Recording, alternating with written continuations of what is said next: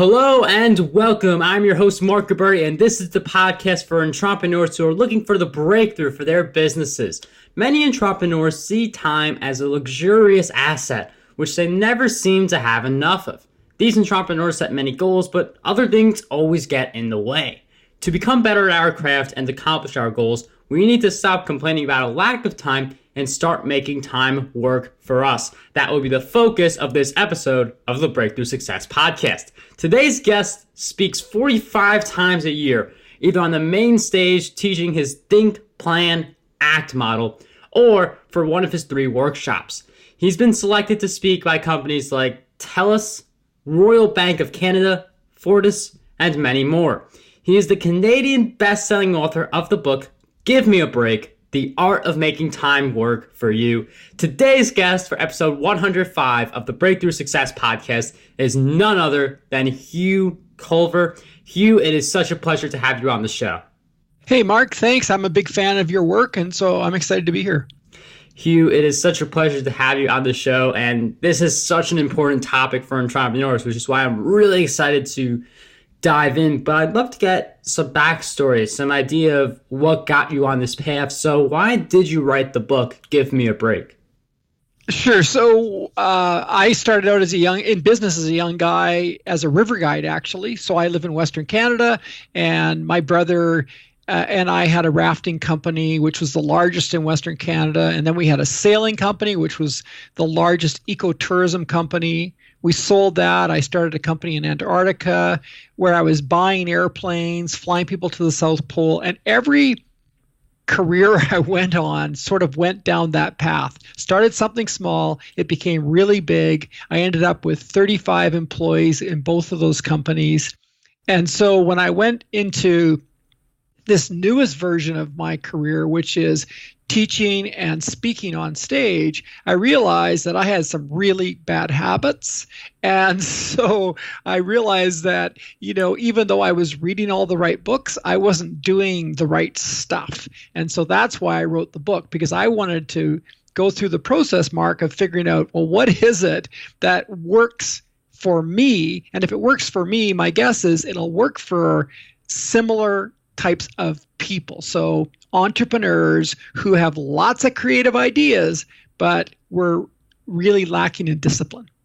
And I find it interesting that you mentioned that you were reading the right books, but you still didn't have the right habits. And I'm wondering why you think we have such and it's not just you, it's a lot of people. They'll read a book and they will forget about it later, but they'll feel good about reading it. So can you share with us any ideas for implementing what we read so we get a better experience out of each book?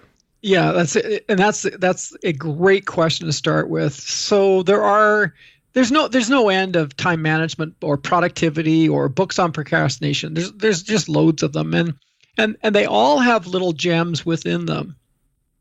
At the same time, people go into entrepreneurship because they're optimists, because they're creative. And in fact, they actually basically they honor their creativity. It's a source of pride for them. And so what I hear a lot of entrepreneurs say to me is, if I did this, it would really stifle me. I'm not the kind of person that is going to spend time understanding how software works. I want to write the book. I just don't want to go through the process of having to go through 100 steps to get to the book, to the end result. So every book you read, my solution, my strategy is I sit down I'm going to read a book. First of all, I want to finish it in one night or 2 nights at the most. If it takes me longer than a couple of nights, I'm probably not going to get any value out of it. I'm probably reading too slowly. I'm just going to get lost in all of the little bits of details. The second thing is I have beside me either my iPad or a 4x6 index card. And my job is, before I finish the book, is I've written down a few things that actually make sense to me. Because every book, again, whether it's time management or productivity or how to use your email more efficiently, is written from the author's perspective. And so it's going to work great for that author, but it's not going to always work great for us. We need to pull out a couple of key things that are going to make sense in our world, that is going to allow us to still be really creative, to allow us to still be a little bit of, distracted once in a while. But these are things that are going to work in our world and help us just to be a little bit more effective. And I think a lot of times what time management training and books try to do is to make us into little mechanical robots where we're spending a lot of time filling in special lists and the wheel of our day and calculating percentage of hours.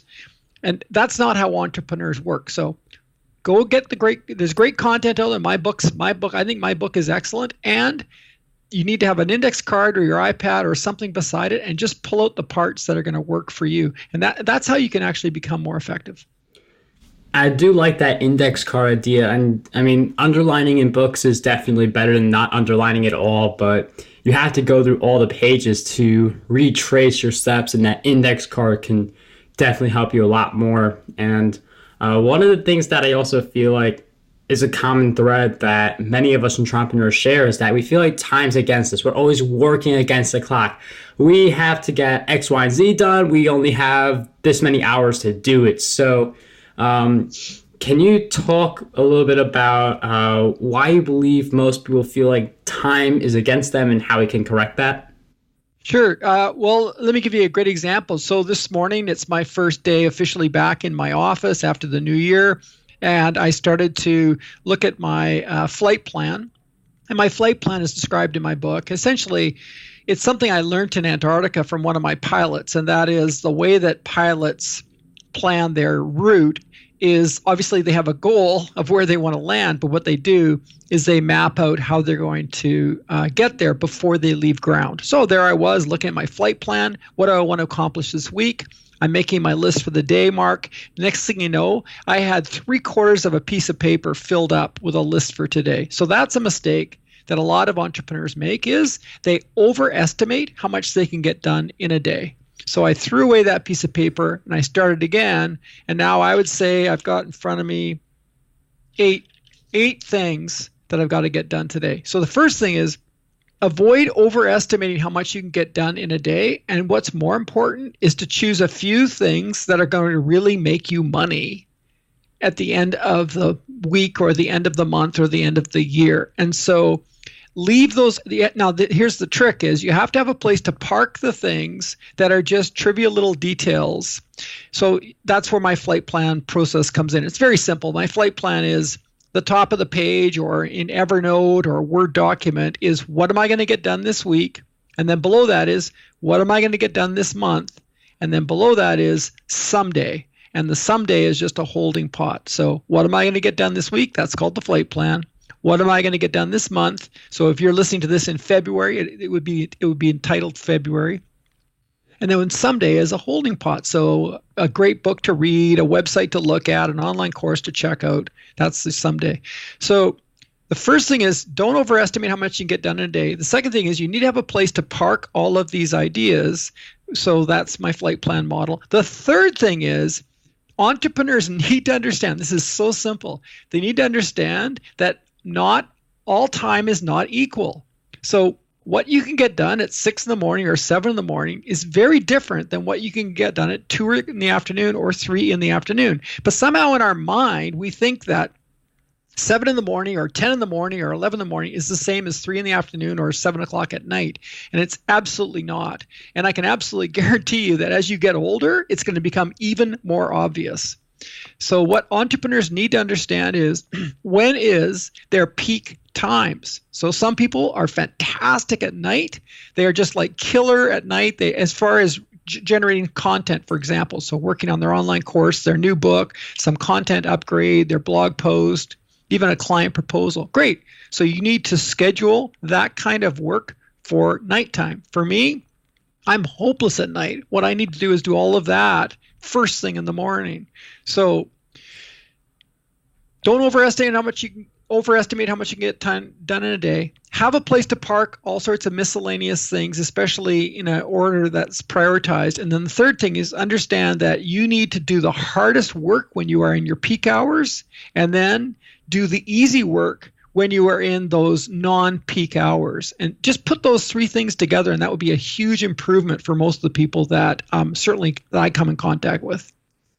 One of those insights that you gave us is something that I haven't heard for like, I don't know if I heard it a long time ago or never, but having that someday, like I feel like if we set a goal and we don't get it done within our time frame, we may set it one more time, but then just give up on that goal. But someday allows us to lay out all the things that we should be doing at a certain time.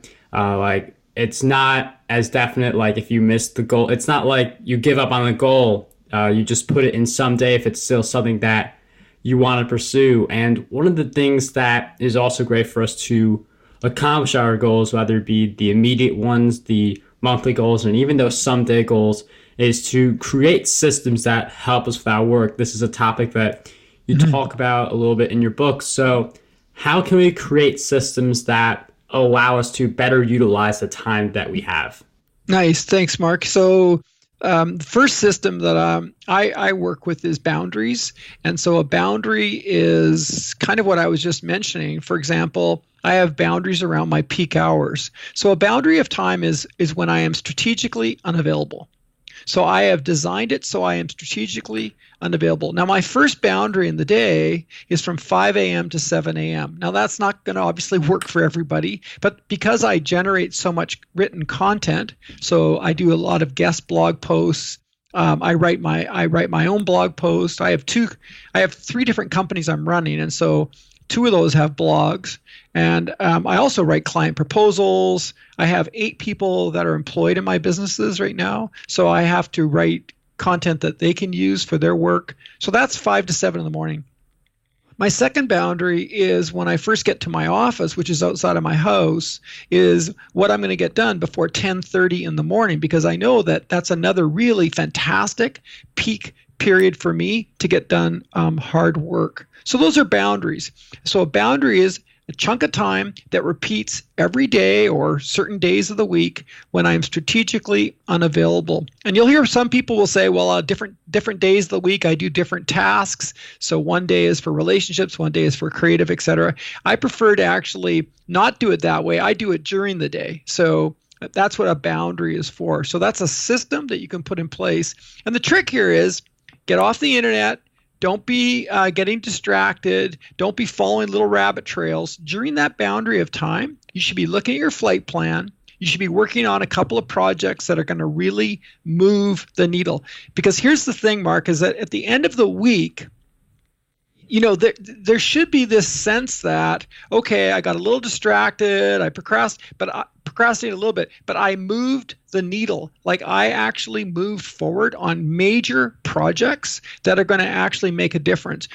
We live in a world now which is so different than what our parents lived in or our grandparents lived in. And it is super easy to get distracted with low value stuff. I mean, all you need to do is open up the internet and check your email and suddenly on rabbit trails. So the whole idea is a boundary of time is when I'm going to work on things that really make a difference. And I love that idea of setting those times where you can't be disturbed and it's all work mode. Obviously, those times are different for each person, but you mentioned staying in that routine and developing it into that habit, but at the same time, not getting into those rabbit holes. And I feel like it's so easy for us to fall into them, whether it be checking email or you see like a rising thing. Like I feel like Bitcoin got a lot of people's attention in 2017. You also have like, I was on Amazon just like a few weeks ago as of this recording. And I saw a book about making it as an Amazon associate. Now I didn't go down that rabbit hole, but I know me from like, 2 or 3 years ago would have been really deep into that rabbit hole. So how do you recommend maintaining that level of focus during the critical hours of the day without jumping into so many rabbit holes where you're trying to like make money with like 50 different or 100 different totally things? Yeah, exactly. And the Amazon associate thing is a great example. I mean, here's one thing that I as a part of my system, Mark. So when I am writing, I don't do any spell checking and I don't do any fact checking. So what my little system is that when I'm writing a blog or I'm working on my next book right now, is I just put in square brackets with a little note to myself. So anytime I see square brackets, it means there's something that I need to look up. So as I'm writing away, I think, oh, I wonder if I can find a quote or an example of that. Square brackets, and I move on. And so the reason I do that is because I know that if I go over and start searching for that, I'm now going to be lost in Wiki and I'm going to be on YouTube and I'm never going to get the thing done. The second thing that I think people need to understand, and this is especially true for entrepreneurs who do not have a regular 9 to 5 routine that they have to stick to, is they need to understand that the story that they make up in their mind is mostly nonsense. And that story is, I have all the time in the world, or I can get to that later. And it's nonsense because what happens then is everything that's important gets pushed off to easier distractions. It's called the path of least resistance.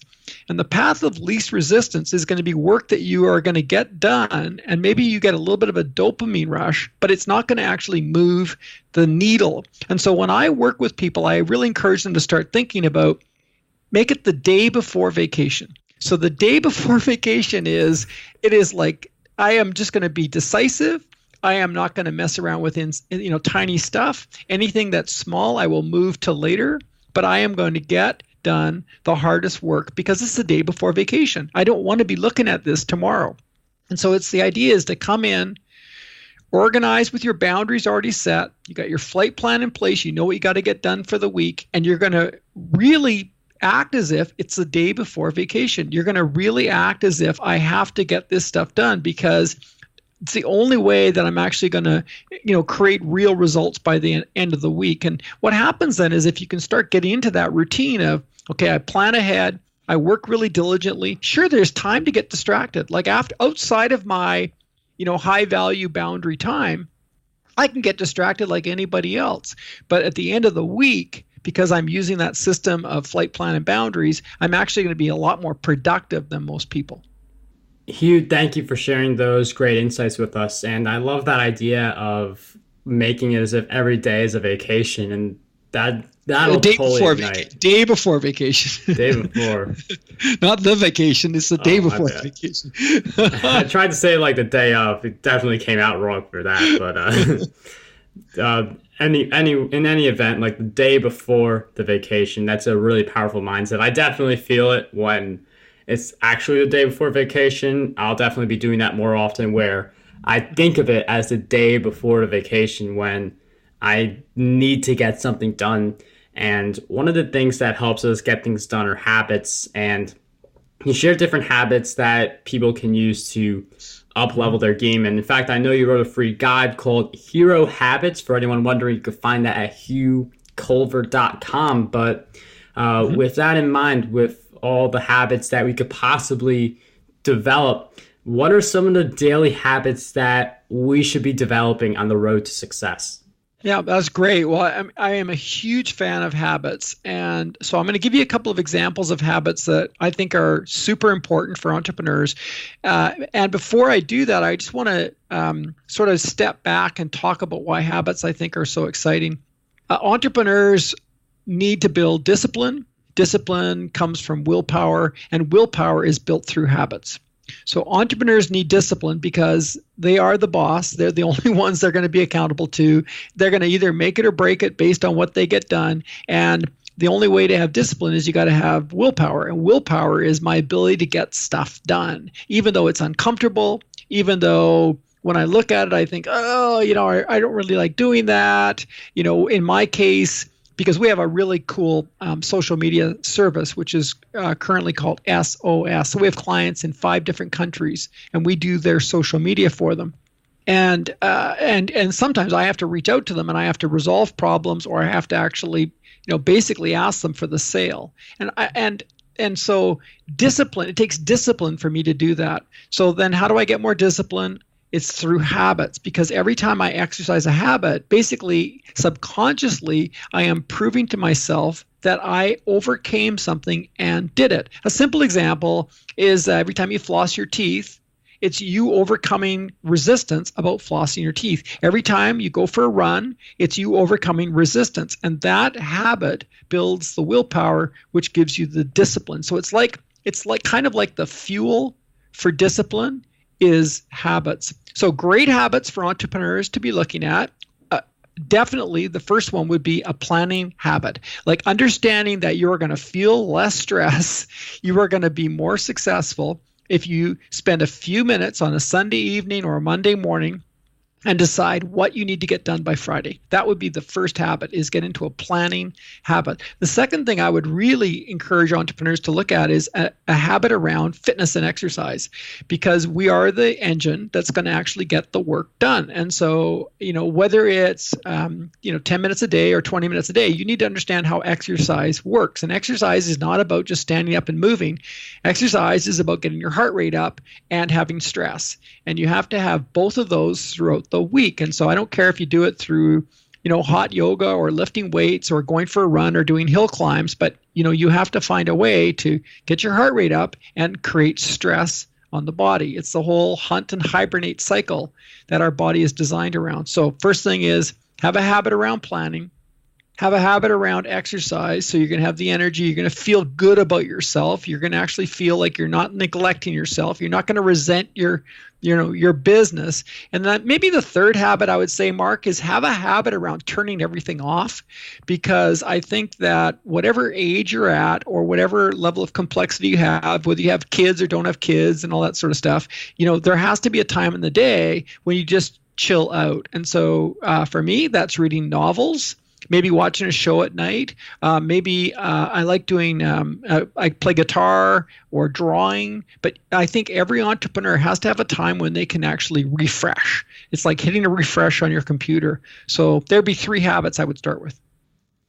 Hugh, thank you for sharing with us those great habit recommendations, because, habits, the ones that we choose, will either make or break us. So it's very important to adopt the habits that are going to lead towards our success. And part of becoming successful means tapping into our full potential. And when we do hit that mark, it just moves to a different location. Then we have to hit that mark again. But what do you believe holds most people back from reaching their full potential? Wow. Well, there's a lot of things. A big thing is self-doubt. So not believing that they are worthy of achieving more. So a good example is in the speaking world. So I've been a speaker now for over 20 years, and most speakers that come to me for advice are far too modest about their abilities. They're far too shy about charging enough money. And when they actually do get an opportunity to speak to an audience, they're far too reluctant to ask for something else. So they're far too reluctant to ask the audience to buy their book or to hire them for another speech. And it just is this kind of, it's completely natural. And of course, it's very nice that, people are humble, and maybe we Canadians are more so than other countries in the world. But the reality is that if you have any kind of a solution that is going to save people some pain, or time, then that's worth charging money for. So any kind of a solution that saves people pain or time, whether that's an online course or your speech or a blog post or coaching advice you deliver through Skype or on the phone, that's worth charging money for. And the reality is, and everybody finds this as a huge surprise, Mark, as you probably have seen, later in their career, they double their prices and they get more business. And it's not necessarily more volume, but they're going to get more revenues. And so I would say that what holds people back is they don't understand the real value that they can bring. And then secondly, I think a big problem is they don't make the effort to actually package themselves so that they as a commodity are, that the value is obvious. Like they don't spend time to actually craft a package so that people look at it and they say, wow, I have definitely, this is what I'm looking for. The solution is obvious. So I'd say those are 2 things I would start with. And just to double down on that point, there are some people who charge $100 an hour for consulting, other people who charge $1,000 per hour for consulting. And that person who charges $1,000 per hour one client $1,000, but the person who charges $100 per hour has to get 10 clients, commit 10 hours to get the same revenue as you would get from offering the premium price and just doing that 1 hour. So even if you get fewer customers by charging higher, that's also more time for you to do other things like grow your brand and look for even more customers. Yeah, absolutely. Absolutely. I totally agree. And, we've all been there. And certainly when I stuck up, my sign and said, hey, I'll coach speakers, I started out and it was very low. I mean, I was charging very little for a year of coaching. And now, I charge the same amount in 3 months that I used to charge for a year of coaching. But you have to kind of earn that. You have to earn the ability to charge those kind of amounts. But I do think that if entrepreneurs listening to this just start to realize, look, you have something that's going to reduce pain or save people time, that's worth a lot of money. And now what you need to do is you need to package it so people see it as a real obvious value that they can actually see themselves working with you. And then, as you said, Mark, I think there needs to be an opportunity for that premium product. When we sold I have a program called the Business of Speaking School. It's an 8-week course. I run it once a year. And this year, or 2017, we added in a premium coaching package. And that premium coaching package brought in the same amount of revenues as the entire course did for all the other students. So we need to understand that there's always going to be a percentage of people who will pay a premium to have more of what you have to offer. And there are definitely that group of people. I mean, it's easier to find them when we have the product or service in place and we're able to offer, but you only know if you actually take the initiative to offer that premium product or service, who is willing to take you up on that offer. And I like to shift gears a little bit towards another universal truth about entrepreneurs, and that is we all have certain challenges that we're going to have to face as we go through our journey. Some people bigger than others, but challenges all the same. So, Hugh, I wonder if you could share with us one big challenge you faced in your journey and a powerful lesson you learned during that challenge. Wow. Okay. So the one that has been repeating itself through every business that I've started, Mark, has been, I would say, it's not about so much being a control freak, although I probably am a control freak. It's the belief that I can do something the best, that I'm the best at doing something. And so I have this tendency to start up a project and then think that I'm the only one that knows how to write up the outline for the course, or I'm the only one that knows how to shoot the videos, or I'm the only one that knows how to create all the slides. And what happens then is that sure, the product might be really good quality, but what happens is I now have another huge project sitting on my plate when I already had a full plate.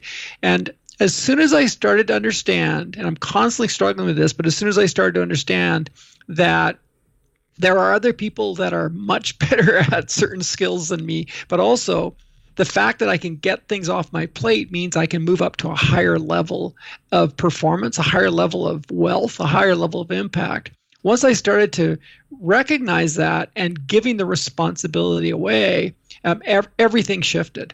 And I started to be able to change my view in terms of what I needed to work on. I started to be able to create better and bigger results.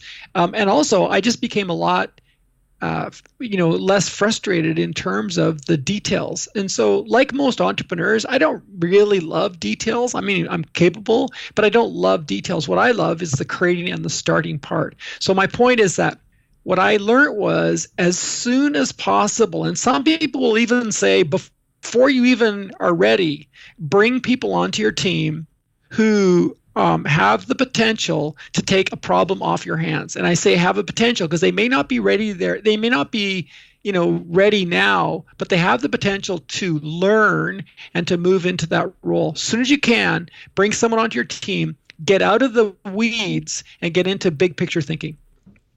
I absolutely love that advice of starting before you're ready. That's similar to the idea of ready, fire, and then aim. But That's similar with my approach with building my team. I hire people before I feel like I'm ready, and then having that additional expense inspires me to put in more work because you realize, hey, you're paying for this person's food on the table. So it's kind of like the team becomes your family when you're with them long enough. So hiring before you're ready will definitely give you.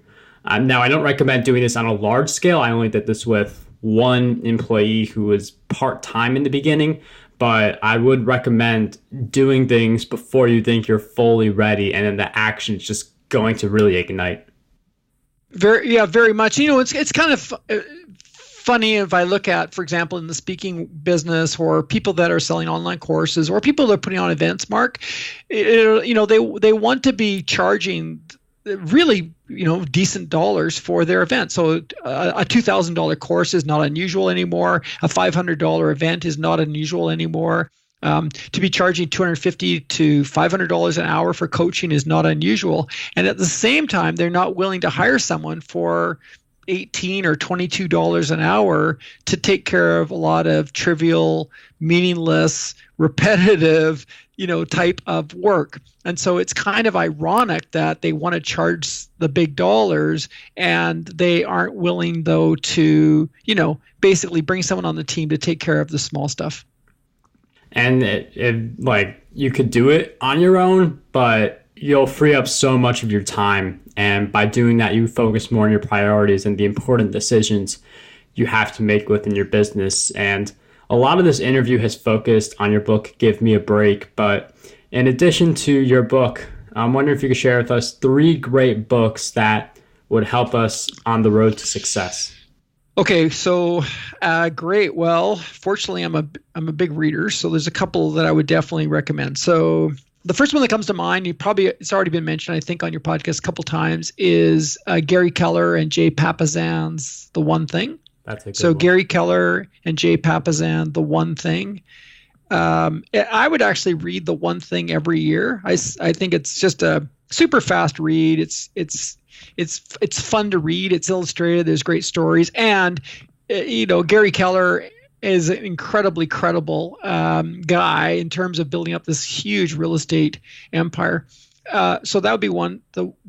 I'm rereading Think and Grow Rich by Napoleon Hill, Classic. which is just super fun because you just got to love the language, when you're reading something. It's great, but you gotta interpret it a little bit. It is fun though. It's like reading a parable from the Bible or something, but Think and Grow Rich is fun. So I'm reading a chapter a day right now to go through that one. And let's see, another one that I would recommend that I certainly I'm a big fan of learning how to write better because I do think it influences everything that you do. And so I'm going to throw in Bird by Bird by Anne Lamott, and Lammott, Anne Lamott, and Bird by Bird, which is just a fantastic book to read if you're really trying to become a better writer. And I would argue that includes emails and it includes client proposals. Yes. And, I find that, like, I was just sending out a bunch of emails this morning, Mark, catching up with some clients that I'm going to be working with, and, just throwing in a little bit of stuff about the weather or some little tidbits and doing it in a creative way. I think it just makes you more human, and it develops a trust relationship. And anyways, Bird by Bird, it's a super fun read. She's an amazing writer. She has earned a huge following, and that's a great place to start to become a better writer. Hugh, thank you for sharing with us those 3 great book recommendations. And before we wrap up the show, I'm going to flip the tables on you a little bit. So I've asked you several questions throughout our time together, but what is one question that you believe we need to be asking ourselves more often? Wow.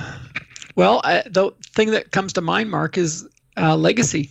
So I would say, I think what we all need to be asking ourselves, and I don't mean this in a sort of a morose, the world is coming to an end type perspective, but I just think in terms of what are you actually creating that is going to be your legacy. And I think that it could be as simple as just really being an incredibly generous person who is helping people like you're doing with your podcast.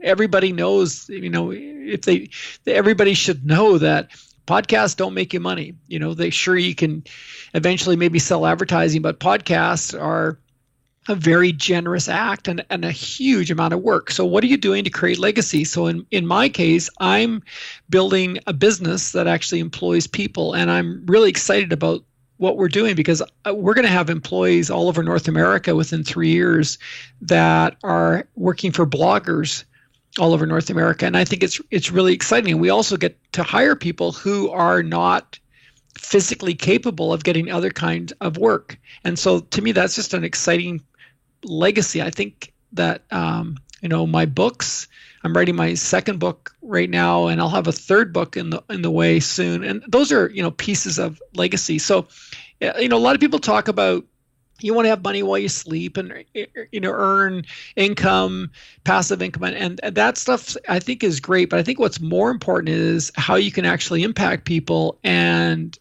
in a way that you're doing it just genuinely because you want to do it. So whether that's building up a tribe where you actually serve them through your information or by creating a connection between them, or it's creating products that serve an audience, I think those are forms of legacy. And as soon as you can, looking at how you can also support a bigger cause. So can you reach out and do something where you're helping the less fortunate? Hugh, thank you for giving us that powerful question about legacy. I know some podcasters do generate revenue from their efforts, but regardless, it is a very hard road for any type of venture that you pursue, ads being the way to make revenue from the show. But it's amazing all the insights that you provided to us in this episode. I mean, as a host, it's amazing to just constantly sit through and hear all these awesome insights every single week from so many awesome guests like yourself. Mm-hmm. And for listeners, if you want to learn more about Hugh and follow up with him after this episode, head over to hughculver.com. And don't forget to pick up the free guide, Hero Habits, that's on the site. And also get his book, Give Me a Break, which is on places like Amazon. Hugh, I can't thank you enough for stopping by. It was such a pleasure to have you on the show. Mark, this has been my pleasure. I love the work you're doing, and I'm super impressed by how quickly you've developed a following and the quality of your work. So it was a real pleasure for me to be here. It was a pleasure to have you on the show. How does over 100 retweets per day sound to you? My free ebook, 27 Ways to Get More Retweets on Twitter, has you covered. I use the methods within this ebook to get over 10,000 retweets every single quarter. To learn more and get access to this free resource, visit markgberti.com